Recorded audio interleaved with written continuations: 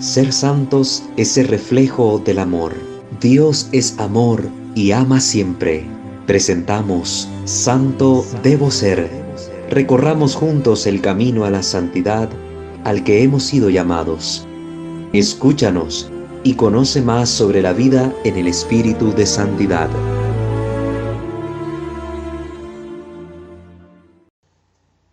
Vamos a continuar nuestro proceso de conocimiento de las reglas para el discernimiento de los espíritus según San Ignacio de Loyola. Ya hemos hecho la distinción necesaria de lo que debemos entender por espíritu cuando tratamos de este tema. Hemos dicho que son esas mociones, esas inclinaciones hacia las que nos conducimos. Y decíamos que desde el aspecto de la inteligencia somos conducidos a la verdad o al error, y desde el aspecto de la voluntad somos conducidos hacia lo bueno o hacia lo malo. Ya logramos ver la primera regla, donde decíamos que el demonio hace perseverar al pecador en su pecado, mientras que el buen espíritu actúa de contrario modo. La segunda regla, que es de suma importancia para nosotros, era ver aquellos 6 signos con los cuales poder identificar de forma infalible que es el demonio el que está actuando. Mencionábamos en esos signos la tristeza, las tribulaciones de conciencia, los obstáculos, la turbación, los falsos razonamientos y por último el desánimo. También vimos la tercera y cuarta regla, que tenían mucha relación y las vimos juntas, sobre la consolación espiritual, cuando Dios nos da esa especie de dulzura en el alma, y la desolación espiritual, que podíamos expresarla bajo el término de la noche oscura, y ejemplificamos el sentido de la desolación espiritual con la descripción bien gráfica que hace San Juan de la Cruz en su libro Subida al Monte Carmelo. Nosotros también ya vimos la quinta regla sobre cómo comportarnos, qué hacer en el tiempo de la desolación, y se nos sugería, según San Ignacio, no hacer cambios, no hacer mudanza, y explicábamos que ni en momentos de mucha euforia, ni en momentos de mucha tristeza, son los tiempos oportunos, adecuados para tomar decisiones, sino que hay que esperar el momento sereno, el de la tranquilidad, para poder establecer objetivos, metas, y luego cuando vengan las dificultades o las grandes alegrías, poder perseverar en esas metas que nos hemos propuesto. Comenzamos a ver también lo que es la sexta regla. Y digo comenzamos a ver porque la hemos dividido en 2 partes debido a la extensión de la misma. Y en la primera parte hemos hablado sobre la regla de oro, el contraataque. Aunque no debemos hacer mudanza en nuestras metas, en nuestras determinaciones anteriores, cuando ven el tiempo de desolación, sí debemos mudarnos, decía San Ignacio, contra la misma desolación, no quedarnos pasivos. Y poníamos el ejemplo, no es que si está lloviendo y me agarró la lluvia ahí en la calle, yo me voy a quedar parado en la calle, bueno, está lloviendo, aquí me mojo hasta que pase la lluvia, no, tengo que buscar refugio, tengo que buscar dónde ubicarme, dónde colocarme. Es importante que nosotros tengamos en cuenta este avance que vamos haciendo. Ya en la sexta regla que hemos introducido desde la semana pasada, hemos empezado a ver qué hacer entonces en la desolación, cómo contraatacar, y proponíamos los 4 medios que San Ignacio nos orientaba a aplicar en este momento. Y es el medio de la oración, la meditación, los exámenes de conciencia y algunas penitencias, pequeñas penitencias. Eso no lo podemos nosotros olvidar. Ahora vamos a ver también el tema de nuestra competencia, cómo comportarse en las tentaciones. Es una de las preguntas que nosotros podemos hacernos muy a menudo. ¿Qué debo hacer cuando me siento tentado? ¿Cómo debo de actuar cuando me siento tentado? ¿Hay alguna fórmula mágica que debo decir? ¿Hay alguna acción que deba realizar? Se nos pueden cruzar miles de ideas por la cabeza. Pues aquí San Ignacio nos va a dar algunas palabras iluminadoras que diserta claramente el padre Barriel. ¿Cómo comportarse en las tentaciones? ¿Tienen tentaciones? Recen. En ese momento, les advierto, no es raro que el demonio tenga una especie de capricho e intensifique su tentación. Es lo que nos va recomendando el Padre Barriel. En el momento de la tentación, orar. Ya hemos dicho que nuestra oración no es necesariamente decir una fórmula de memoria, una oración ya establecida por la iglesia. Puede ser también un acto espontáneo, porque la oración, más que todo, es introducirnos en la presencia de Dios, dejar que Dios venga a mí, yo empaparme de Él, entrar en una comunión con Dios que trasciende la carne y que trasciende cualquier comunicación verbal. Esa experiencia de amor es encuentro de amor. Por eso, aun en los momentos en que sintamos que la oración no brota por medio de palabras congruentes en nuestra cabeza o con un discurso bien ordenado, simple y sencillamente hagamos un acto de estar ahí, dejar que Dios me vea. Señor, me pongo en tu presencia, aunque no haya cómo decirte, aunque no haya con qué expresarte, aquí estoy. Como decía el padre del ejemplo anterior que hemos puesto en los videos de las semanas pasadas, decir a Dios, Señor, yo soy una bestia, o como el publicano en el templo, misericordia, Señor, que he pecado, soy un pecador, ten misericordia de mí. La oración puede ser un canto que a ti te inspire al cielo, sobre todo estos cantos católicos, estos cantos que están empapados de la espiritualidad de la iglesia o de las sagradas escrituras, que te hacen buscar en Dios tu refugio, buscar en Dios tu consuelo. Ya si no los puedes hacer cantados, puedes ponerlos. Ahora con los dispositivos móviles tenemos esa facilidad. Buscar en YouTube ahí cantos gregorianos, monjes benedictinos, monjas clarisas. Y los cantos gregorianos son muy importantes porque también elevan el alma a Dios utilizando la lengua sacra de la iglesia, el latín. Lengua que, porque la iglesia ha sacralizado en su liturgia, en su espiritualidad, el demonio también percibe ese carácter sagrado en esta lengua y tiembla ante la lengua latina. La oración, no hay excusa. Hay miles de formas de orar. ¿Tienen tentaciones? Recen. Porque en ese momento, nos va a decir el Padre Barriel, el demonio puede que tenga una especie de capricho o intensifique su tentación. Lo puede hacer, no sé si ustedes lo han experimentado. Viene la tentación, de repente usted se quiere poner a rezar, se quiere poner a leer la palabra de Dios, quiere hacer algún tipo de oración vocal o mental y como que la tentación es más persistente, más el ataque. Eso es buen signo, porque precisamente tu acción está contrariando al maligno. Recuerda lo que decíamos en la primera parte de esta regla. Ante la tentación, multiplicar los actos de virtud contrario a lo que el demonio nos está proponiendo. Y ya de suyo, el orar es un acto virtuoso contrario a la misma tentación que el demonio nos está proponiendo. Eso lo tenemos que tener presente. Que el demonio ataque, arrecie su tentación contra nosotros es un signo muy bueno. Es un signo muy bueno. Pero ¿y qué hacer entonces? Si lo está arreciando el ataque, hay que perseverar, porque el demonio nos va a meter en la cabeza falsos razonamientos. Uno de los signos que ya mirábamos en la segunda regla, nos puede decir, es inútil, te poseeré una vez más, cede y te dejaré tranquilo. Es imposible que te me resistas, tú lo sabes. Todos estos son falsos razonamientos. Todo esto es una forma en que el demonio quiere atribular tu conciencia, robarte la paz mental, perturbarte.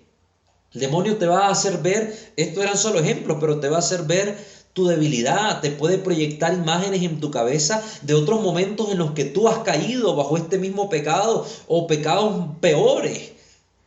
Te va a decir, bueno, si con respecto al otro pecado, este es más pequeño. Cae, hombre, cae.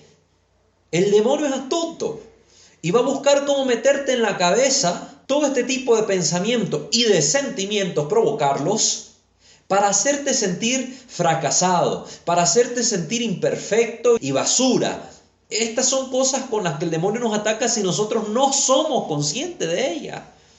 Si yo soy consciente que soy pecador, si yo soy consciente que soy imperfecto, si yo soy consciente de la basura que puedo llegar a hacer en mi vida, si practico un pecado de una u otra forma repetidamente, pues el demonio con estas cosas no me va a poder atacar. Pero cuando yo juego a ser bueno y a ser santo y no lo soy, el demonio con esto me va a atacar aún más y me va a meter miles de cosas en la cabeza para atacarnos. Y me va a decir, dale, cae, si no vas a poder. Y te va a tentar tan horriblemente que vas a creer que la única salida de esa tentación es ceder.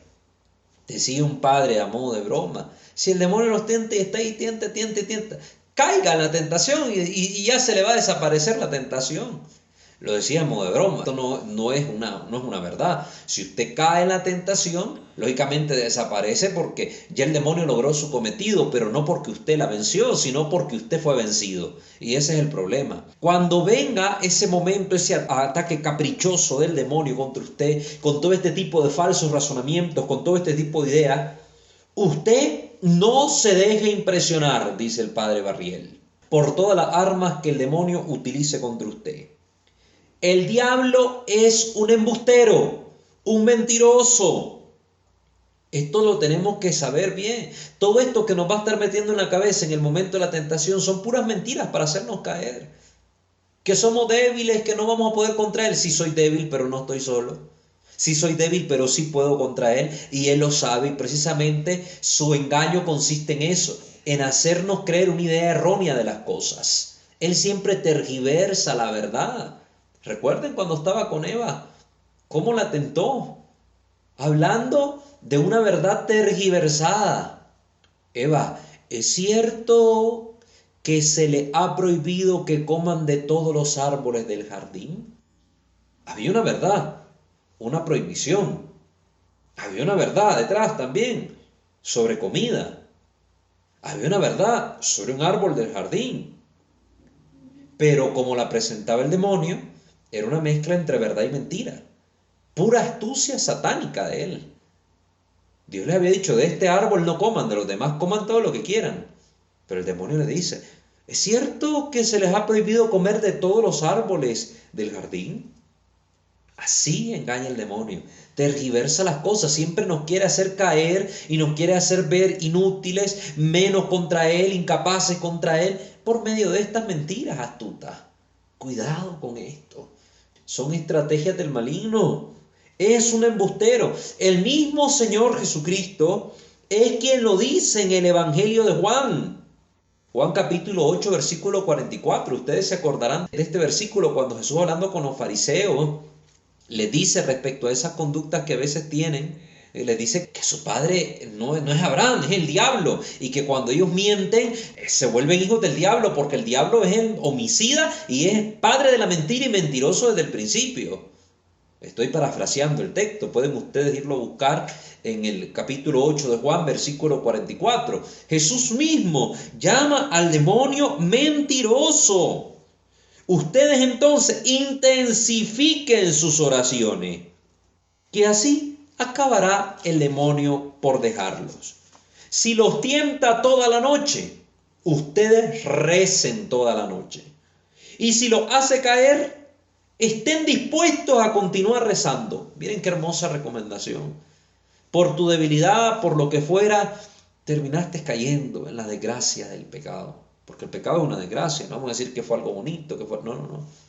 Te lo presenta el demonio como algo placentero y bonito, pero de suyo el contenido del pecado siempre es una desgracia. Es negro, negativo, perjudicial para ti. Si tienes la desgracia de caer en el pecado, aún así recomienda el padre Barriel, continúa orando, porque el deseo de poder estar con Dios a través de la oración mueve tu corazón a la contrición y a reconocer lo que realmente has hecho. Has faltado al amor de Dios, porque todo pecado es una falta contra el amor de un Dios tan bueno. Continúen rezando. En caso de necesidad ante la tentación, si están todavía en la lucha, agreguen pequeñas penitencias. Recuerden aquella terrible tentación con la que se encontró San Benito. Se quitó su ropa, su túnica, su vestidura monacal, Y esa tentación con la que el demonio lo estaba atacando, que era en la carne, no lo venció porque ante esa tentación del maligno se arrojó desnudo en un zarzal de espinas hasta que su cuerpo sangrara. Una obra llevada al extremo por el amor, porque prefirió 1000 veces herir su cuerpo antes que pecar. ¿Cuántos santos han dicho a lo largo de la iglesia, morir antes que pecar? Y nosotros 1000 veces preferimos más el pecado antes que la muerte, antes que cualquier otra cosa. Entonces, recomienda el padre Barriel, en caso de necesidad, agreguen pequeñas penitencias. Ustedes ya oyeron varios tipos de penitencia que podemos aplicar. Si en ese momento la tentación es más fuerte, agregue una penitencia, la que sea, pequeña o grande, agréguela. Invoquen a la Santísima Virgen María. María, terror del demonio, ruega por mí, ruega por nosotros. Una invocación muy usada por los exorcistas a la hora de implementar el rito. María, terror de los demonios, ruega por nosotros. El demonio tiembla ante el nombre de la Santísima Virgen María. Invoquen a San José, Padre castísimo, varón virtuoso. Invóquenlo contra el demonio, también él es terror de los demonios. A San Miguel Arcángel, etc. Arrójenle agua bendita, arrojen agua bendita, utilicen los sacramentales. En ese momento, cuando el caer les parece inevitable, súbitamente la tentación pasa. Ya cuando están a punto de caer ustedes, de repente va a pasar la tentación si ustedes perseveran en una actitud orante y de no permitir que la voluntad de ustedes y su pensamiento de hacer el bien y de no ofender a Dios se quebrante por la acción del maligno. Ya no sienten nada. ¿Qué sucedió? El demonio, que no le gusta ser vencido, viéndolos decididos a rezar, se va sin decir nada. Ustedes deben perseverar en la oración y deben utilizar los medios que la iglesia pone a su alcance. Por ejemplo, los sacramentales. Nos los pone la iglesia en mano para que nosotros podamos tener este auxilio de la gracia de Dios para nuestra lucha espiritual y para conseguir de Dios también los bienes celestiales. Nuestra agua bendita, qué importante tener siempre su botellita de agua bendita con ustedes, su aceite igual bendecido, exorcizado, que no es para andar ungiendo a otras personas, es para uso personal, a forma de bálsamo. Esto es importante conocerlo. Nuestra sal exorcizada también. Son sacramentales que podemos tener en mano cerca para los momentos en que necesitamos hacer nuestra oración. Nuestras imágenes benditas también. Es importante tener imágenes bendecidas con nosotros. Una pequeña imagen de San Miguel o el crucifijo. Siempre es importante porque como sacramentales no son amuletos que la iglesia nos da o talismanes, sino que recuerdan la presencia de Dios, la acción salvífica de Dios a través de la cruz, a través de sus santos, etcétera, la historia de la salvación. Y el demonio a eso le huye. De hecho, vamos a compartir una anécdota que le sucedió a Santa Teresa de Ávila con el agua bendita. Recuerden que Santa Teresa fue una mística religiosa, doctora de la iglesia del siglo XVI. Toda esta información la estoy tomando de Asiprensa. Lo había visto hace rato y me pareció curiosa la manera en que Asiprensa lo dijo. Lo voy a tomar de acá. En su memoria, ella relató que no hay nada como el agua bendita para hacer huir a los demonios y evitar que regresen. Esto lo dijo ella en su libro de la vida. Ella cuenta, estaba una vez en un oratorio. Oratorio es un pequeño lugar de oración, no es una capilla, no tan grande como una capilla, es más como un pequeño cuarto, es más como un pequeño lugar de oración. No es como una gran parroquia ni nada que ver, es un pequeño lugar de oración. Por lo general, los seminarios, los monasterios tienen oratorios además de la capilla principal. Estaba una vez en un oratorio y se me apareció hacia el lado izquierdo una abominable figura. Le miré especialmente la boca porque me habló y la tenía espantosa.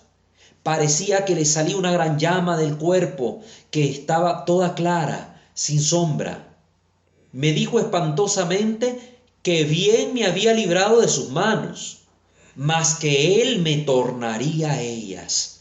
Miren esta visión que tiene ella. No es una aparición del demonio, no. Cuando hablamos de este tipo de acciones espirituales nos referimos a una visión. Ella tuvo una visión donde en su mente pudo ver todo esto que el demonio le permite en ese momento contemplar, porque lo estaba usando como una herramienta para infundirle una tentación, para infundirle terror a la santa. La santa pudo captar todo este imaginario de cosas que el demonio le permite ver y ella se siente aterrada, espantada. Esto aparece al inicio del capítulo 31 de su obra. Entonces, asustada, trató Santa Teresa de espantarlo con el signo de la cruz. El demonio la abandonó, pero regresó rápidamente. Esto sucedió varias veces hasta que recordó que había agua bendita cerca. 2 veces me sucedió esto, dice ella. Yo no sabía qué hacer, tenía ahí agua bendita y lo eché a aquella parte, el agua bendita, hacia su lado izquierdo. Y nunca más retornó el demonio. Huyó ante este sacramental. En otro momento Santa Teresa contó que el demonio estuvo 5 horas atormentándola, con tan terribles dolores y desasosiego interior y exterior, que no sabía si podía soportar más. Las que estaban conmigo, relata la santa, estaban espantadas y no sabían qué hacer, ni yo cómo valerme.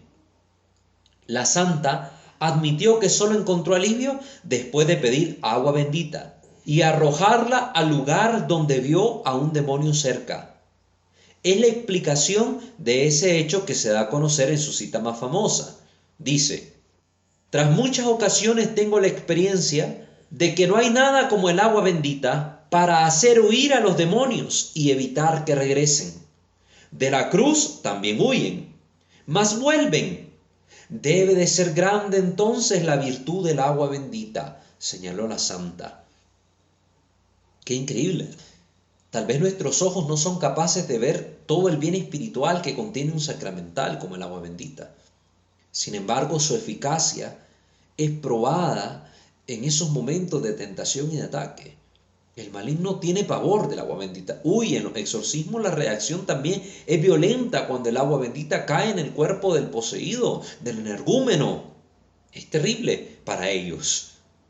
Y a veces no hacemos uso de este bien que la iglesia nos da, o ya no creemos en eso y creemos que era cosa de antes, cosa de viejas, dicen algunos, cosa de la Edad Media. No, hermanos, el agua bendita contiene un poder eficaz. Recuerden que los sacramentales imitan en algún aspecto a los sacramentos, y el sacramento que nos libera de la atadura del demonio es el sacramento del bautismo, en primer lugar, que nos traslada del reino de las tinieblas a la luz admirable de Cristo. Y el agua bendita, cuando se ora por ella para que sea bendecida y exorcizada, se pide esa gracia, que recuerde nuestro bautismo.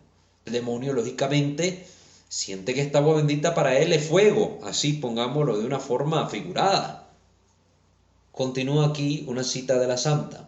Dice: más tarde aseguró que conoció la consolación del alma luego de tomar el agua bendita, que le generó como un deleite interior que la confortaba. Incluso el agua bendita, que se puede perfectamente ingerir, cuando agua potable, esta agua bendita se convirtió para ella en un efecto consolador. Dios le dio a través del agua bendita una consolación espiritual, de la que ya hemos hablado. Increíble el uso del agua bendita. Esto no es un antojo, ni cosa que me ha acaecido solo una vez, sino muchas, y he mirado con gran advertencia.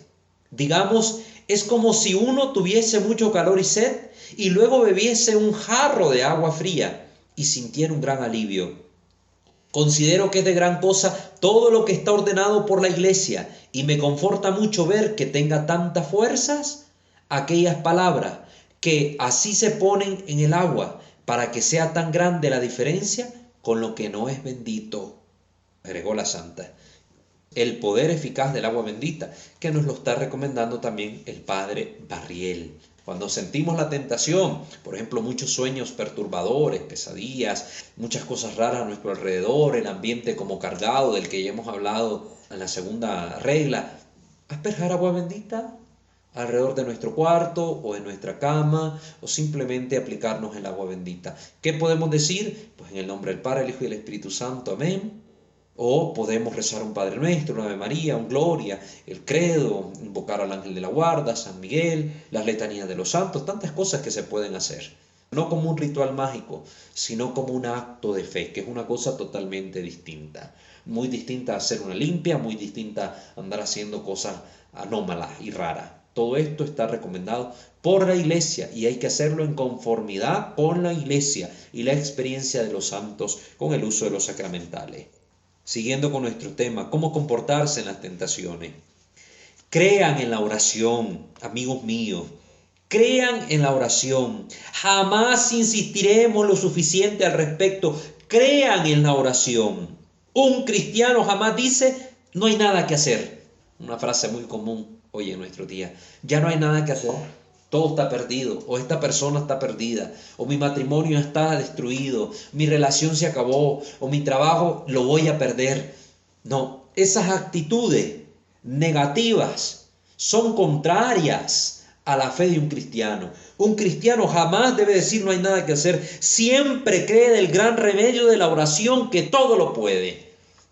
La oración, en primer lugar, nos ayuda a conformarnos con la voluntad de Dios, a no renegar, a no quejarnos, pero también tiene la capacidad de arrancarle a Dios un milagro. Claro que sí. ¿Cómo se han suscitado los milagros? El milagro actúa de forma distinta a lo que el curso natural de las cosas se manifestaría. Pues si alguien está enfermo y se muere, se muere. Pero, por ejemplo, los santos han tenido la oportunidad, uno de ellos, San Antonio de Padua, por ejemplo, por mencionar alguno, de nuestra iglesia, sin contar a los santos bíblicos, como el profeta Eliseo o el mismo San Pablo, que ante un muerto han orado, ya el curso natural estaba ahí presente, una persona fallece y sin embargo acontece lo imposible para los hombres. Aquella persona vuelve a la vida, revive, un milagro. La oración puede arrancarle al corazón de Dios un milagro para nosotros. Por eso no hay que desesperarnos.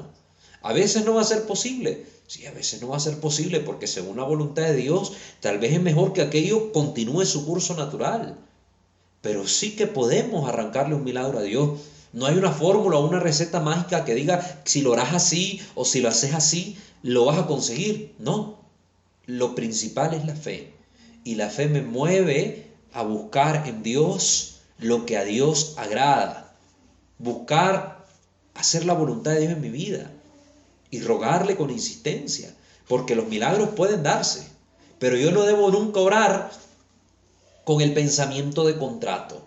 Bueno, Señor, yo voy a orar y voy a hacer esta penitencia, pero tú me tienes que dar esto a cambio. No es un contrato entre Dios y el hombre la oración, es un acto de amor, repito. Porque muchas veces cuando tenemos este pensamiento de que la oración es como un contrato, yo le oré a Dios y le cumplí, ahora Él me tiene que cumplir, ¿qué pasa? Vienen los grandes sufrimientos de nuestra vida, las grandes decepciones, porque nosotros queremos hacer a Dios entrar en el juego y la dinámica que nosotros planteamos, en vez de nosotros introducirnos en el plan que Dios tiene. Y entonces luego viene y decimos, es que yo oré, me voy de la iglesia porque Dios no me escuchó, o yo le pedí esto al Señor, hice tal promesa y tal sacrificio y el Señor no me escuchó.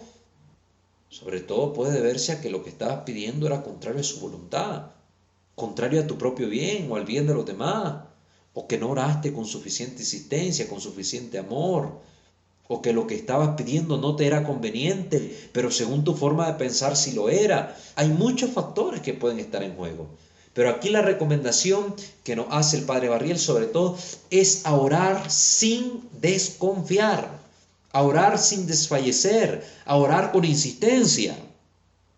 Toda la omnipotencia de Dios se pone así en nuestras manos. En el Evangelio se ve que nuestro Señor tuvo un gran cuidado, el de enseñar a los suyos a orar. Maestro, enséñanos a orar.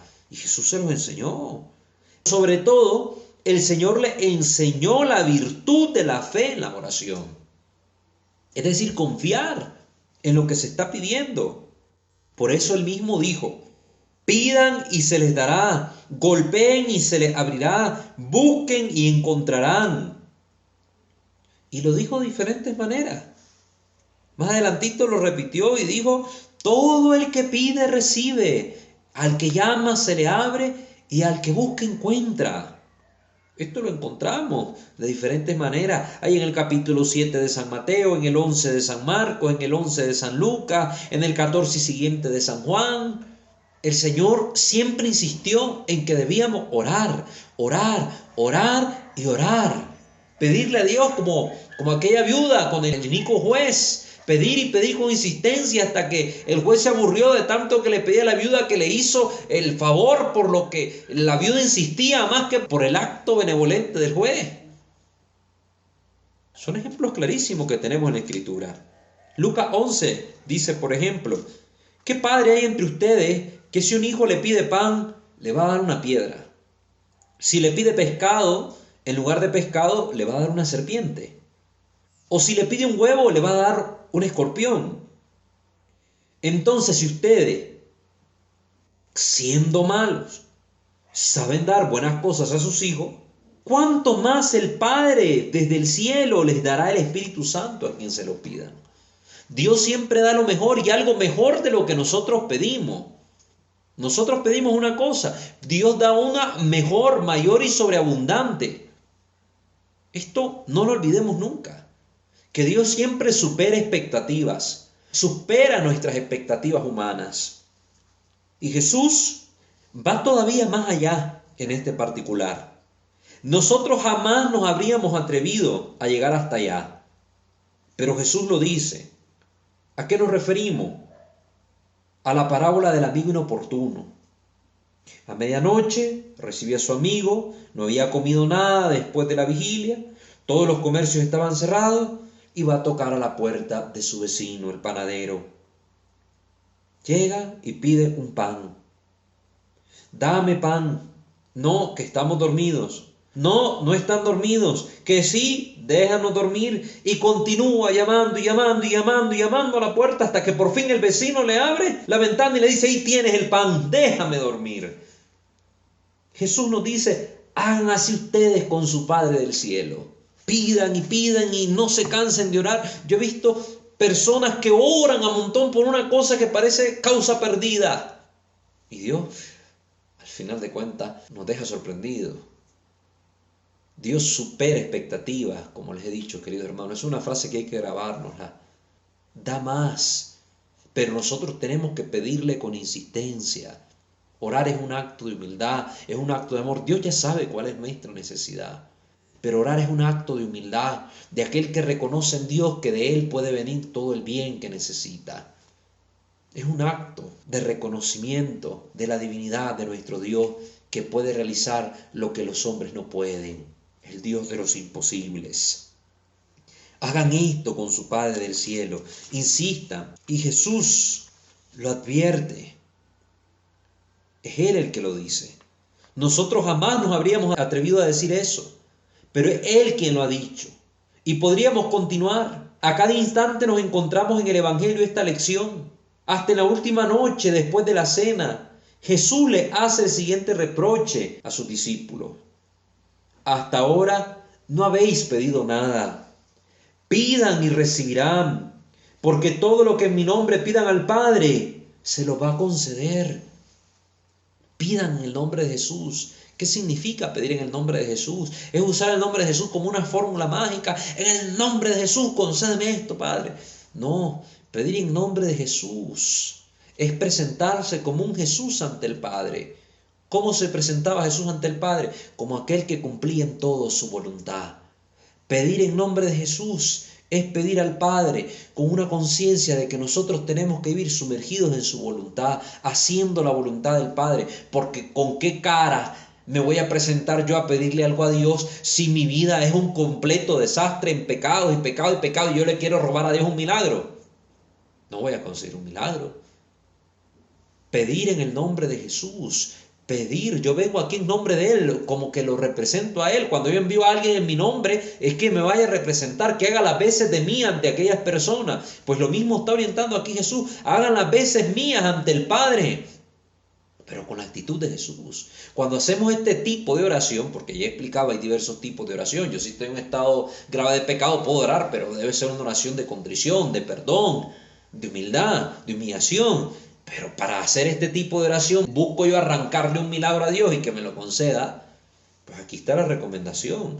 Todo lo que pidan al Padre en nombre mío se lo va a conceder. Pedir en nombre de Jesús. Qué hermoso esto. Creamos en la eficacia de la oración. Ustedes conocen la frase de San Alfonso, que deberíamos dejar grabada en la mente de nuestros niños.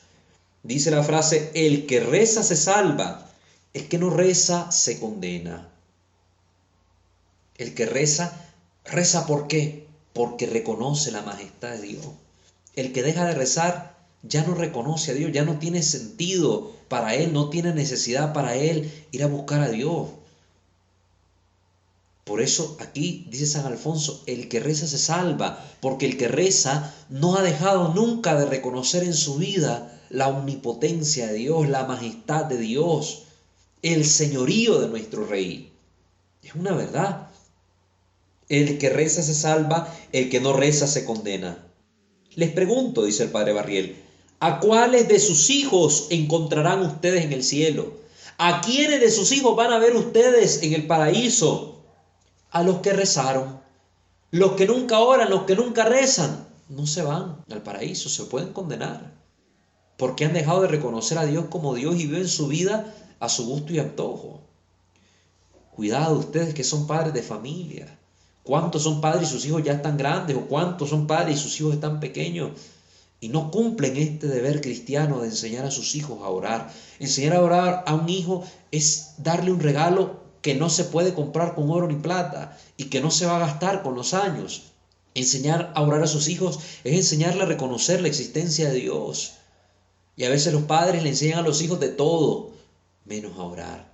Le enseñan a reparar un vehículo, a pegar un clavo en la pared, le enseñan miles de cosas, a cocinar, las mamás, pero no les enseñan a orar.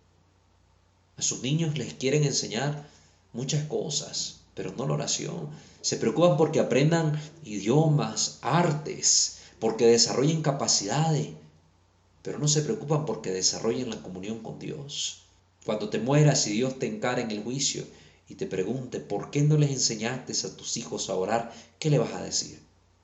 Es que les estaba enseñando su abuela, su tía, su tío, su padrino. ¿Qué le vas a responder? Es que no era misión de ellos, era misión tuya en primer lugar. Y si has fallado ahí, todavía estás a tiempo. Ora con tus hijos, invítalos a orar, enséñales a orar. No perdamos la esperanza. ¿Cómo puede ser que con la bondad infinita de Dios haya quien se condene? Es porque no quieren rezar, es porque no oran, porque no reconocen a Dios.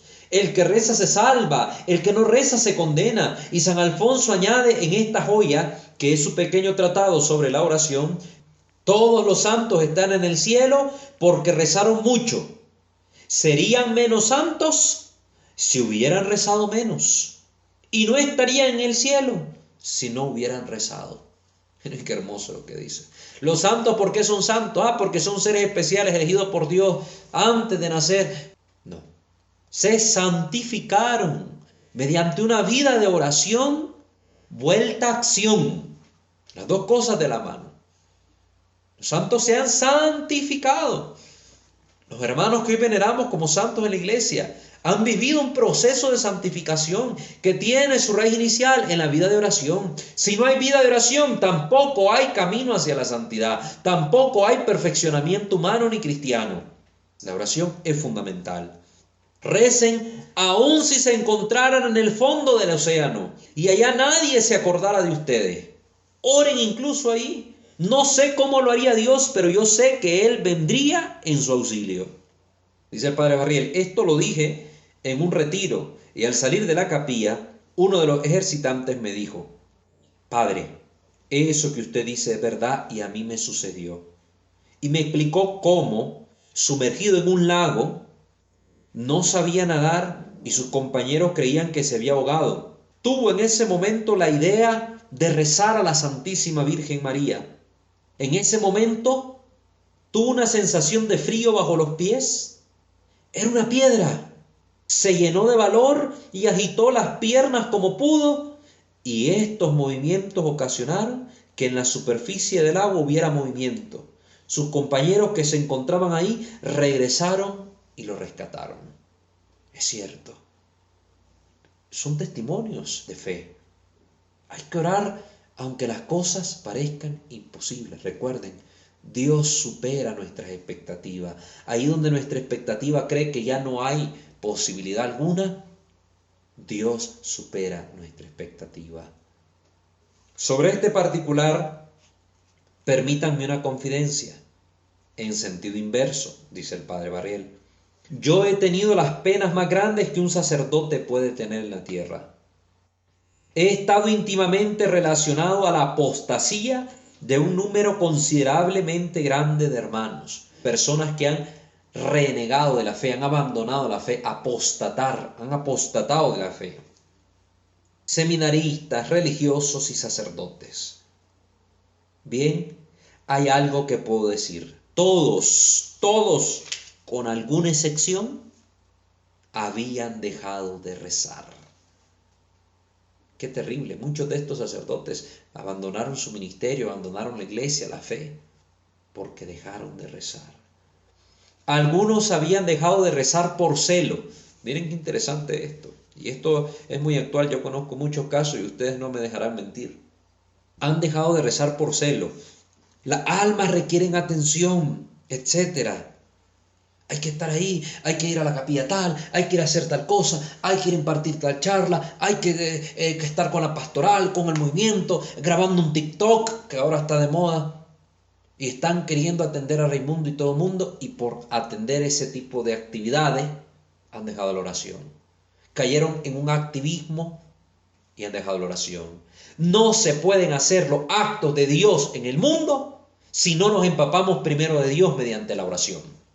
Y este es el error de muchos sacerdotes. Quieren hacer miles de trabajos pastorales, que excelente, yo no estoy en contra de los trabajos pastorales, pero sin primero orar. Entonces son parroquias donde nunca hay hora santa, donde nunca hay un rezo de rosario, donde nunca hay esta promoción de la devoción, de la piedad popular, solo lo superficial de todas estas cosas. A veces se nos vuelve raro ver a un sacerdote de rodillas frente al Santísimo, porque a veces son cosas que no pasan, decimos. El Padre anda en todos lados menos en lo que deben, dicen algunas personas. Y es cierto, está haciendo cosas que los laicos pueden hacer. Y a veces el párroco quiere asumir todo el papel de los laicos y no deja a los laicos obrar porque él lo quiere hacer todo. No ha aprendido a delegar. Por este activismo va perdiendo gradualmente su vida de oración. Otros, por pereza, negligencia, desánimo, incluso vergüenza. Por esas razones han dejado de rezar. Pereza, ay, el rosario, ay, la misa, ay, la liturgia de la hora. Y no rezan. Todos habían dejado de rezar. En ese momento el demonio los endureció y la catástrofe llegó. Aquí el padre Barriel nos presenta una frase de San Bernardo, no sé si ya se las he mencionado, si no, anótenla también con letra de oro. Nemo repente fit pessimus, decía San Bernardo. Nadie se hace malo de repente. Nadie. Hacerse malo es un proceso. No es de la noche a la mañana. Hoy el que mata no empezó matando. Empezó peleando en las calles y antes de pelear en las calles con los golpes empezó con la palabra.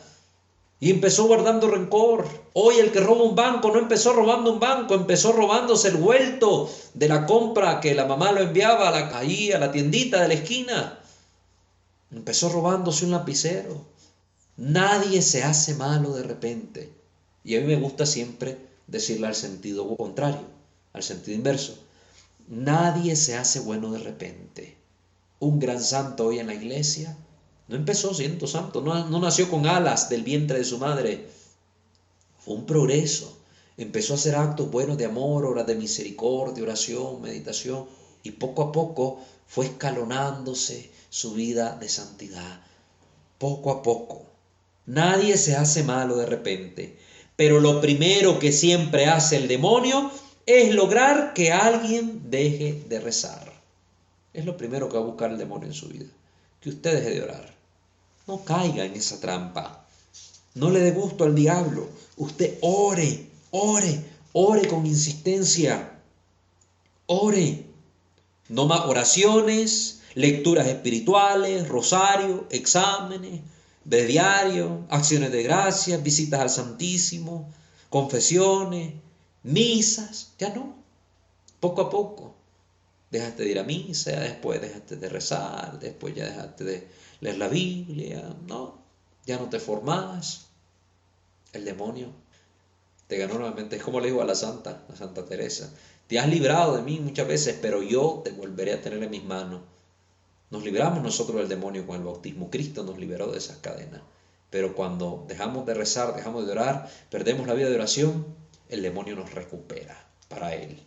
Qué triste, pero es cierto. Han dejado todas estas cosas. Incluso cometen sacrilegio, que es muy peligroso.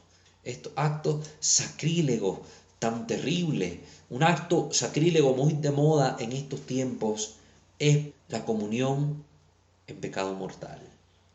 Eso es terrible. Un sacrilegio es la profanación o trato injurioso de un objeto o persona sagrada. Es la profanación. Profanamos la Eucaristía comulgando en pecado. ¡Qué terrible! No más devoción a la Virgen, no más piedad popular. Te lo va quitando el demonio de a poquito, a poquito, a poquito, y cuando te das cuenta te dejó sin nada. En estos momentos se encontrarán maduros para la catástrofe. San Alfonso recomienda, ya que Dios acoge todas las oraciones, pedir todos los días la gracia de rezar siempre. Miren, esta es una petición que casi no hacemos en la vida espiritual. Señor, dame la gracia de orar siempre, y orar con fe, y orar con confianza. Decimos, Señor, creo, pero aumenta mi fe. Pero igual digamos, Señor, dame la gracia de rezar, para rezar con fe, rezar con insistencia. Dame la gracia de rezar siempre. Esa es la razón, entre otras, de que la devoción a María haya salvado a tantos pecadores. La menor oración, Dios la escucha. Si quis tristetur, oret, dice Santiago. Si alguien está triste, que ore. ¿Cuántos de ustedes me han chateado y escrito que se sienten tristes, que se sienten desconsolados, que están pasando una mala situación, que qué pueden hacer? Aquí está la primera recomendación bíblica de Santiago: orar. Contra todo pronóstico y contra toda tentación y sentimiento, y aunque ya tengan tiempo haciéndolo, sigan orando. Recuerden, hay demonios que tientan y no se van si no es con oración. Ya lo decía nuestro Señor. Hoc genus demoniorum non escitur jejunum et oratione. Dice, este género de demonios no sale, en particular el de la impureza, no lo ahuyenta sino el ayuno y la oración. Muchas veces estas palabras de Jesús se han escuchado en el Evangelio. Vigilate et orate, velad y orad. Es la recomendación que se nos da. Velar y orar, porque la oración tiene fuerza. La oración nos hace penetrar en Dios, en su presencia. Y la presencia de Dios es poderosa, hermanos. La oración sí que es poderosa, por la fe, por el amor y la esperanza de quienes oran. No porque la oración en sí misma sea un acto mágico, sino porque implica a la persona orante. Queridos hermanos, esta es la segunda parte de la sexta regla: cómo comportarnos ante las tentaciones. Ya después veremos qué causan las tentaciones en nuestra vida, para que no solo nos demos cuenta de que es el demonio el que tienta. Vamos a ver otras cositas por ahí, pero ahorita nos está indicando el Padre Barriel cómo comportarnos ante las tentaciones, y nos ha dicho sobre todo la oración, el uso de los sacramentales, de la penitencia, la oración. Queridos hermanos, esta ha sido la segunda parte de la sexta regla. Ahora abrimos los micrófonos para dar lugar a que ustedes puedan comentar, hacer algún tipo de pregunta. Recuerden suscribirse a nuestro canal Santo Debo Ser y activar la campanita de notificaciones para que estén pendientes siempre del contenido, del material nuevo que subimos cada semana. Igualmente les invitamos a suscribirse a nuestros otros canales, Misterio de Fe y Creo Señor Yo Creo, de los cuales dejaremos los enlaces en la descripción del video. Si alguien tiene alguna pregunta, algún comentario, nos dice su nombre, desde dónde nos está hablando y luego su comentario. También, Naivi, si hay algún comentario en YouTube o en Zoom, también nos lo puede leer, por favor. No, ahorita no hay ninguna pregunta. Qué bueno, yo me siento contento cuando no hay ese tipo de preguntas así porque digo, están entendiendo, porque sobre todo uno hace preguntas cuando algo no les quedó claro. Pero bueno, igual, uno puede hacer preguntas por otros motivos, pero cuando me dicen que todo va bien en el transcurso, eso me alegra porque sé que van captando el conocimiento que se les busca transmitir. Padre, soy Ángeles. Hermana Ángeles, de México. De México. Padre, ¿me puede explicar, por favor, la sal exorcizada para qué es? Este tema es muy interesante que lo podamos tener presente y yo lo quiero abordar de forma más plena en el canal de la liturgia, cuando hablemos de los sacramentales. Pero a grosso modo, igual la sal, como el aceite y el agua, se pueden exorcizar y bendecir. Cuando se habla de exorcizar un objeto como esto, no se está diciendo de que se está que está poseído, que hay una infestación diabólica en el objeto, no, sino que se está pidiendo a Dios la gracia particular de que este objeto ahuyente al maligno de nuestra vida, la acción maligna de nuestra vida. Entonces, la sal, el agua y el aceite pueden ser exorcizados. Estos deben ser usados cada uno en su forma. Me pregunta sobre la sal. La sal, pues hay modos diferentes de usarlos. Unos exorcistas, según lo que he leído, recomiendan ponerlo en nuestra casa. ¿De qué forma? Unos lo recomiendan en las esquinas de nuestra casa, en las 4 esquinas, una pequeña cruz con la sal. La sal tiene este sentido de purificación. Ustedes recordarán cómo las aguas fueron saneadas en la Escritura a través de la sal que el profeta derrama en ellas. Entonces, es signo de sanidad, de limpieza. Entonces podemos ponerla en la esquina de nuestra casa como un signo de la presencia de Dios que viene a purificar nuestro hogar, nuestro ambiente. Otros aconsejan ponerla en un platito en nuestra sala, ahí simplemente la sal exorcizada, ahí que esté como un signo precisamente de esa acción divina. Y otros también recomiendan consumirla con nuestros alimentos. Nosotros podemos mezclarla con los alimentos que cocinamos y la consumimos ahí con nuestras ensaladas, con nuestras comidas, la mezclamos y la podemos consumir. Siempre en una actitud orante, siempre pidiéndole a Dios que esto sea para mí un remedio ante la tentación del maligno, ante el influjo del mal, nunca como un amuleto. Esto sí, recuérdenlo. Muchas gracias, hermana Ángeles, por su pregunta. Gracias, Padre. Sí. Desactivamos, por favor, el micrófono. Gracias. ¿Alguien más que tenga alguna pregunta, alguna duda?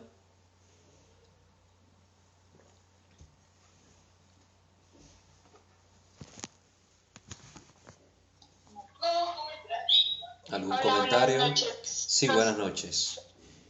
De Tlalpan. Sí. Una pregunta, ¿y el aceite cuál es su uso? Bueno, como les dije, quiero abordar esto de una forma más plena en el grupo de liturgia, la enseñanza de liturgia. Pero igual, con el aceite, también la iglesia cuando nos da este aceite en las manos, muchos de estos aceites, además de ser bendecidos y exorcizados, tienen una procedencia específica. Por ejemplo, hay muchos santos cuyos cuerpos incorruptos manan este bálsamo. Estos bálsamos sirven siempre para la curación, tanto espiritual como física. Entonces, como nosotros no somos ministros ordenados, no podemos andar ungiendo a la gente. Hay grupos que desgraciadamente han caído en esa práctica desordenada de andar con aceites de la rosa mística, de San Miguel, de no sé quién, miles de aceites que andan por ahí y andan ungiendo enfermos y todo eso. Esa no es misión propia del laico. Y muchas veces hemos caído en esos errores. Es misión del presbítero hacer esas unciones con un ritual y una forma específica de hacer esas unciones. ¿Cómo usar nosotros esto? Igual, lo podemos usar de dos maneras. como un bálsamo. Si de repente tengo una dolencia aquí en mi mano, una dolencia en el corazón, en mi pecho, pues yo agarro el aceite y me lo aplico como un bálsamo, ¿verdad? Como que fuera una pomada, dicen en algunos lados, un bálsamo, un ungüento, y hago mi oración con fe, ¿verdad? Con mis manos ahí en mi corazón, con fe, ¿verdad? Ahí en el Señor, rezando el credo, el Padre Nuestro, la Ave María, invocando al Santo del cual proviene el aceite, etcétera. O podemos consumirlo también en nuestros alimentos. Si fue aceite de consumo el que llevamos a bendecir y exorcizar, podemos hacerlo en nuestros alimentos, lo consumimos perfectamente, no pasa nada, ¿verdad? No pasa nada, pues raro que me voy a enfermar ni nada de eso, al contrario, es beneficioso, purifica mi organismo. Si de repente consumí algo, ¿verdad? Que me dieron por ahí, que estaba con algún tipo de cosa rara, ¿verdad? Cuando hay este tipo de sospechas, lo consumo y purifica mi cuerpo. Yo aquí ahorita solo estoy tocando así a grosso modo el tema. Esto lo vamos a tocar más de lleno, ¿verdad? En la parte de liturgia, que son los sacramentales, y si se da la oportunidad, pues tener un pequeño curso también de estas cosas espirituales que nos pueden servir, ya con la bibliografía que les puedo citar, los ejemplos, los testimonios. Tengo, gracias a Dios, una buena biblioteca al respecto, entonces les puede ser muy útil este conocimiento. Pero aquí pues me quiero enfocar sobre todo en lo que San Ignacio y el Padre Barriel nos van indicando, porque si no nos podemos desviar del tema y después de una cosa salimos a otra. Entonces, sí, los sacramentales nos sirven para ahuyentar al maligno de nuestra vida. Gracias por su pregunta, hermano. Padre, Sí, ¿quién nos habla? habla Narva de Tlalpan. Sí. ¿Se pueden unir los tres sacramentales, digamos, en una sola como botella y esparcirlos en la casa? Miren, cada sacramental tiene su uso, ¿verdad? Cada sacramental tiene su uso. Entonces, no es que va a ser más poderoso porque mezclemos más cosas, ¿verdad? Esta es la última pregunta que respondo de los sacramentales, porque no es el tema, ¿verdad? Pero no es que yo uniendo los tres los ando mezclado ahí como una sola cosa y los ando echando por todos lados porque hay más poder en eso. No, no, no. Recuerden que no es un amuleto. Por eso la Iglesia nos orienta qué hacer con cada uno de ellos. Cada uno tiene su función específica. Si yo los mezclo los tres para andarlos arrojando en la casa, el aceite exorcizado no es para andarlo asperjando. No es esa su función. Entonces yo violento la función del aceite al hacer esa mezcla y utilizarlo de esa manera. Yo violento esa función. Lo que sí se puede hacer, por ejemplo, los aceites, se puede mezclar el aceite de San, a ver, ¿cómo es que se llama? San Charbel, con el de San Rafael Arcángel, los puedo mezclar y usarlos ambos, ¿verdad? Usarlos juntos como bálsamo. Eso sí se puede hacer, o un aceite bendecido con un aceite proveniente de un santo también se puede mezclar y lo uso porque es el mismo tipo de material y busca el mismo fin, pero no hacer ese tipo de mezclas, no hacer ese tipo de mezclas. Si en un lugar, pues leí en una ocasión la mezcla de estos dos, del agua y el aceite, para consumo. Cuando es para consumo, consumirlo, ahí sí se puede mezclar. Puedo cocinar con el agua bendita, lo que estoy preparando, y le echo la sal y le echo el aceite y me lo trago, me lo como. Ahí sí, cuando el efecto es para purificar el cuerpo. Pero para mezclar los tres, tenerlos como un bálsamo poderoso y andar ungiendo gente o andarlo tirando en la casa, eso no, ¿verdad? Consumir los tres elementos sí los puedo consumirlos. Pero mezclarlos para tenerlo así como una fórmula mágica y más poderosa, no. Bueno, esa era la última. Gracias. Claro que sí, la última pregunta sobre sacramentales. Si alguien tiene alguna pregunta sobre el contenido del día de hoy, sobre lo que nos recomienda el Padre Barriel, o si nos quieren comentar una experiencia que han tenido al respecto, por ejemplo, en los momentos de desesperación y que orando al final encontraron en Dios respuesta a lo que pedían, sería genial que lo pudieran compartir, ¿verdad? Porque de eso se trata precisamente el tema de hoy. Entonces, eso sí se los agradecería.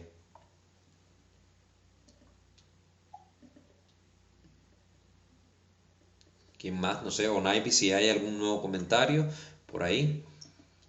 Sí, que si puede repetir la frase en latín. Sí. Nemo repente fit pessimus. Nadie se hace malo de repente, ¿verdad? Nadie se hace malo de repente. Son palabras de San Bernardo, ¿verdad? Nemo repente fit pessimus, con doble S, el pessimus. De ahí todo como suena.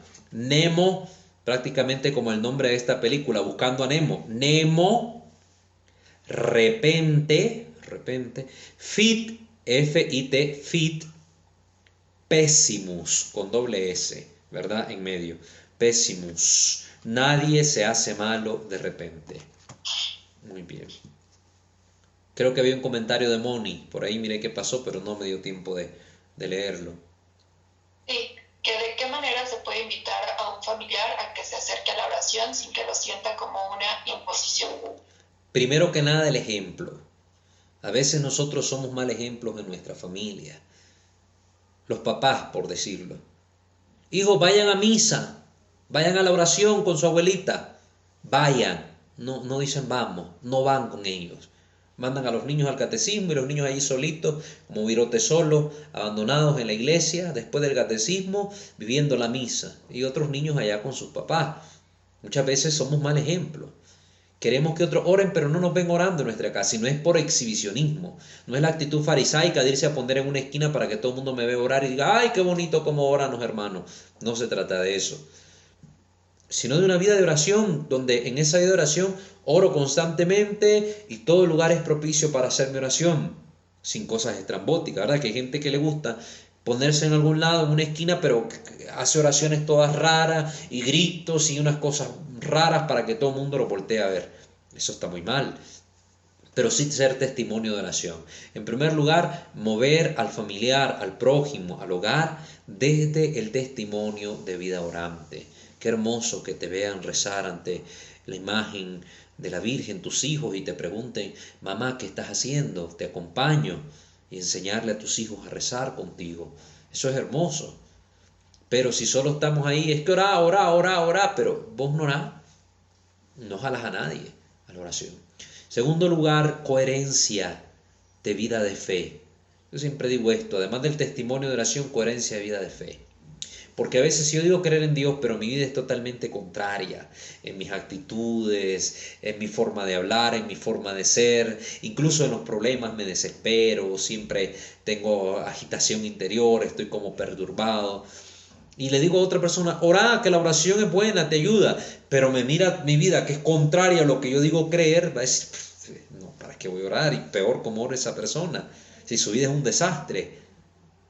Es lo mismo que los que buscamos acercar a Dios y nuestro testimonio en coherencia de vida cristiana no se da, no hay esa coherencia. Por ejemplo, decir, ¿para qué me voy a acercar a Dios? Si mira vos estás cerca de Él y estás mal, estás en pecado según tu fe, o tu vida está en un desastre porque sos alcohólico, porque sos mujeriego, porque tenés muchas parejas, etc. ¿Para qué me voy a acercar a ese Dios? No. Yo mejor digo que creo en Dios y punto, pero no voy a ninguna iglesia, no oro ni nada. Mi trato es con Él y punto. A veces la incoherencia de vida de fe aleja a la gente de la oración. El mal testimonio en la vida orante también aleja a la gente de la oración. Entonces, yo creo que empezar por ahí, porque cuando tenemos esas dos cositas es más fácil acercarse a alguien y poder comentarle tu experiencia personal en la oración, que es muy productivo, tu testimonio personal en la oración. Pero si no están estos dos primeros factores, todo lo demás que vos puedas decir cae por suelo. Todo lo demás, tu experiencia personal, la experiencia de los santos, etcétera, cae por suelo porque el comunicador no está siendo coherente con lo que comunica. Entonces creo que por ahí se puede empezar, ¿verdad? Es una recomendación que haría. Sí. ¿Alguien más? Buenas noches, hermano Walter. Yara de Estelí. Yara, le escucho. Tengo una pregunta. ¿Qué pasa cuando las personas rezan o están orando y no se arrepienten del mal que hacen? Y, siguen cometiendo pecado y, nunca enmiendan, sabiendo de que, no sé, pienso que ellos creen en Dios, pero en realidad siguen orando y siguen haciendo el mismo error, el mismo pecado. Sí. Bueno, primero, juzgando con juicio justo, como dice San Juan, ¿verdad? porque esta pregunta está siendo hecha desde afuera. Estoy viendo a una persona que dice orar, que dice arrepentirse y siempre está pecando. Porque no es lo mismo expresar esta pregunta desde lo personal, ¿verdad? ¿Qué hago yo si estoy siempre orando y siempre estoy pecando? Es diferente, pero aquí la pregunta fue planteada desde afuera, ¿verdad? De una persona que ve a otro. Primero, pues debo orar por esa persona. Yo no sé cómo estará su vida interior, qué situación está alrededor de su vida, porque de la vida de las personas siempre conocemos solo una parte, la parte que nos manifiestan. Y esa parte se puede manifestar todavía en lugares más reducidos, es decir, en un ambiente laboral, por ejemplo. Conozco a esta persona, pero solo la conozco en el trabajo. Yo no conozco cómo está su situación familiar, cómo está su situación personal, cómo está su vida de oración, su vida parroquial. Tal vez solo conozco a esta persona en uno de los ámbitos y en ese ámbito solo conozco lo que esta persona me da a conocer. Entonces, a veces ahí se hace difícil poder emitir un juicio totalmente claro o directo, objetivo sobre una persona. Entonces, yo lo que siempre recomiendo es orar por esas personas, porque si están en una situación constante de pecado y aún así se atreven a orar, es porque dentro de ellos hay fe, hay esa motivación a buscar de Dios, a saber que existe un Dios, pero están luchando una batalla difícil contra su propia debilidad, su propia naturaleza, o contra una situación de pecado que sienten que es más fuerte que ellos. Además, recordemos que ustedes, por ejemplo, aquí tienen la gracia de recibir una formación. Han tenido una vida espiritual, cosas con las que tal vez no cuentan esas personas. Ustedes tal vez son de parroquia, o están en un grupo, o se interesan por oír una charla, o han ido a un retiro. ¿Cuánta gente sobre las que hacemos este tipo de juicios, que no estoy diciendo que está mal, que veamos con nuestros ojos esta situación, pero cuántas de esas personas no han tenido todas estas gracias en su vida? Son personas que nunca han ido a un retiro, son personas que no se acercan a la iglesia, son personas que jamás van a ir a una charla formativa o han escuchado ni siquiera un programa de radio, de televisión, de un predicador. No. Todo esto nosotros en nuestra vida veámoslo como una gracia, porque yo tengo esta conciencia de pecado y busco enmendarme porque hay todo este bagaje de conocimiento detrás de mí y de experiencias espirituales detrás de mí. Pero muchas personas no cuentan con esto. Por eso oran, se ponen las pilas, se esfuerzan, pero siempre están en una actitud de pecado, porque tal vez tienen la mentalidad errada de el que peca y ora empata, o tienen otra forma de concebir la relación con Dios. Es decir, hay muchos factores que entran aquí en juego, hay muchos factores que debemos considerar. Entonces, esos factores están detrás de la actitud de esa persona que muchas veces ora, pero sigue cometiendo el crimen, sigue haciendo las cosas mal, sigue estando mal, etc.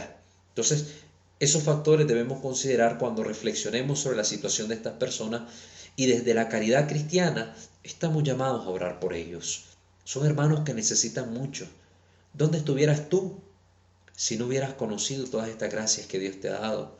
¿Dónde estuvieras tú si no hubieras tenido la oportunidad de seguir el camino por el cual Dios te estaba guiando? Una pregunta que debemos hacernosla todos. Yo digo que si Dios no me hubiera llevado este camino, ¿quién sabe qué tipo de persona sería yo? Tal vez sería de las personas más nefastas, ladrón, mujeriego, quién sabe qué sería yo. No me lo puedo ni imaginar. Pero Dios me llamó y estoy agradecido sumamente con Él por llamarme al camino de la fe. Estoy hablando del camino de la fe más que de la vocación específica de cada uno, ¿verdad? Estoy hablando de la fe. Entonces es una gracia.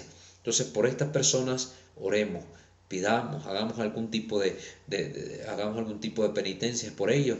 Y si podemos, con caridad hermana, con amor, con corrección fraterna, acerquémonos a ellos y tratemos de aconsejarlos, tratemos de auxiliarlos y tratemos de mostrarles este hermoso camino por el que Dios nos ha llevado. Invitémoslos a un retiro si tenemos la oportunidad, a una charla, a un grupo de oración.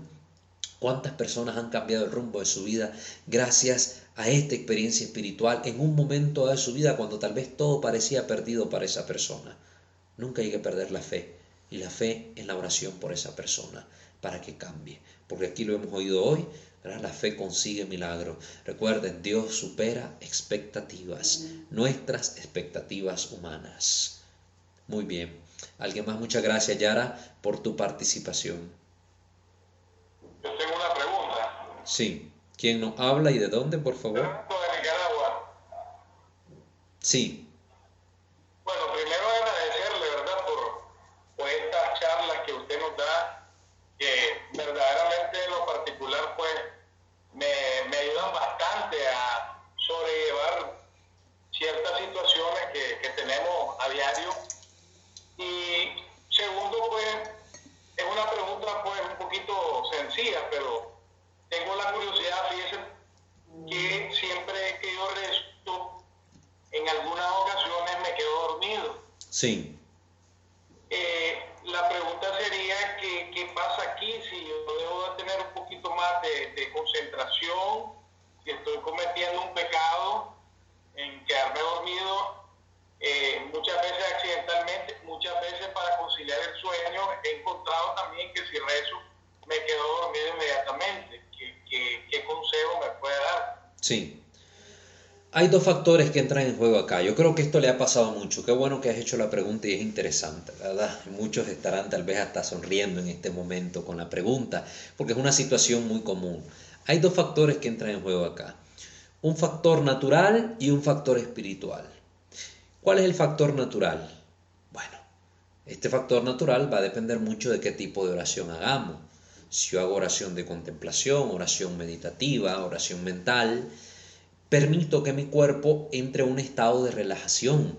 Yo voy a orar, puedo orar viendo una imagen, la imagen de San Francisco, la imagen del crucificado. Entonces mi respiración se va calmando, mi cuerpo se va relajando, mi mente también. Entonces este estado natural de relajación, si se presenta después de un día lleno de actividades, de un día donde hemos estado muy fatigados, de un momento súper estresante, pues lógicamente desde el aspecto natural va a terminar llevándome a dormirme. En el sueño, estoy orando y de repente, no sé, estaba rezando el rosario, que también es una oración un poco mecánica y relaja, es meditativa, por eso decimos meditación o contemplación de los misterios del rosario. Entonces de repente me quedé con el rosario en la mano, no supe ni qué misterio yo y me desperté asustado y continué el rosario que tal vez había empezado hace 2 horas atrás y ni cuenta me di cuánto tiempo pasó. Entonces puede verse en primer lugar a un factor muy natural, ¿verdad? Antes de irle a buscar alguna explicación demoníaca o preternatural, ¿verdad? Que el diablo me estaba tentando a dormir y me dormí y me quedé dormido. No. Primero, en estas cosas espirituales, primero hay que ir haciendo como un proceso de eliminación.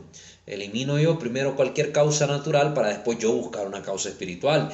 Pero si se presentan estos elementos naturales que estoy mencionando, pues ahí tiene usted la respuesta en primer lugar. Ahí tiene usted la respuesta en primer lugar. Una noche de insomnio, un estrés en el trabajo, cansancio agotador en el día, etc. Estado de relajación mediante la oración, me duermo. Esa es una explicación natural. Ahora, una espiritual, ¿qué puede ser? La oración también transmite la gracia de la paz de Dios, la paz del Espíritu Santo. Es uno de los frutos del Espíritu Santo en nuestra vida. Cuando dejamos actuar al Espíritu Santo en nuestra vida interior, da por fruto la paz, uno de los 12 frutos mencionados en el Catecismo de la Iglesia Católica. A veces andamos turbados interiormente.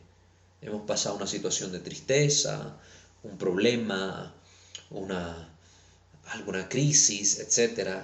Y empezamos a orar. De repente hasta podemos llorar en la oración. Podemos sentir un momento de desahogo en la oración.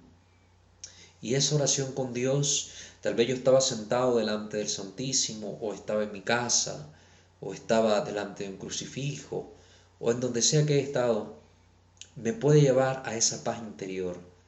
Tal vez mi cuerpo estaba agitado, tal vez no tenía ni ganas de dormirme ni nada, pero empecé a orar y en medio de esa situación tan turbulenta vino una paz sobrecogedora que me llevó a experimentar un cierto tipo de descanso en Dios, un descanso en el Señor, donde no fue que me dormí propiamente dicho, sino que entré en un estado de descanso en Dios que restauró mis fuerzas, que me revitalizó, que me llenó de esperanza, que me motivó a salir de aquella situación que yo estaba viviendo. Entonces se puede presentar ese estado, que es muy distinto de cuando lógicamente está presente todos los efectos naturales que he mencionado. Si están todos estos efectos naturales, puede ser que ese descanso no sea un descanso en Dios, simplemente sea un descanso del cuerpo por el estado de relajación.